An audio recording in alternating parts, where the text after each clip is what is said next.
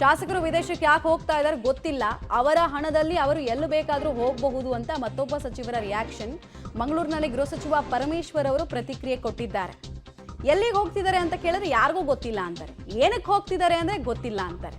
ಮತ್ತೆ ಏನಿದ್ರ ಉದ್ದೇಶ ಏನು? ಹಾಗಾದ್ರೆ ಎಲ್ಲ ಗೌಪ್ಯವಾಗಿಡ್ತಾ ಇದ್ದಾರೆ. ಈ ಕಳ್ಳಾಟದ ಬಗ್ಗೆ ಜನರ ತಕರಾರಿರೋದಷ್ಟೇ.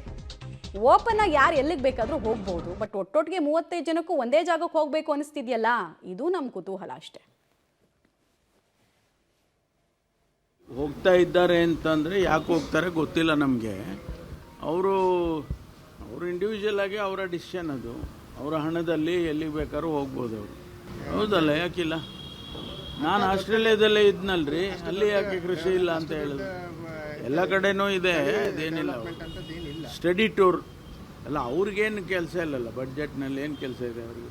ಬಡ್ಜೆಟ್ ಪ್ರಿಪರೇಷನ್ ಮಾಡೋರು ಮುಖ್ಯಮಂತ್ರಿಗಳು ಮತ್ತು ಫೈನಾನ್ಸ್ ಡಿಪಾರ್ಟ್ಮೆಂಟು. ಅವರು ಹೇಳೋದೆಲ್ಲ CLPಯಲ್ಲಿ ಹೇಳಿದ್ದಾರೆ. ಹೋಗ್ತಾ ಇದ್ದಾರೆ ಅಂತಂದರೆ ಯಾಕೆ ಹೋಗ್ತಾರೆ ಗೊತ್ತಿಲ್ಲ ನಮಗೆ. ಅವರು ಇಂಡಿವಿಜುವಲ್ ಆಗಿ ಅವರ ಡಿಸಿಷನ್, ಅದು ಅವರ ಹಣದಲ್ಲಿ ಎಲ್ಲಿಗೆ ಬೇಕಾದ್ರೂ ಹೋಗ್ಬೋದು ಅವರು. ಹೌದಲ್ಲ, ಯಾಕಿಲ್ಲ? ನಾನು ಆಸ್ಟ್ರೇಲಿಯಾದಲ್ಲೇ ಇದ್ನಲ್ರಿ, ಅಲ್ಲಿ ಯಾಕೆ ಕೃಷಿ ಇಲ್ಲ ಅಂತ ಹೇಳಿದ್ರು?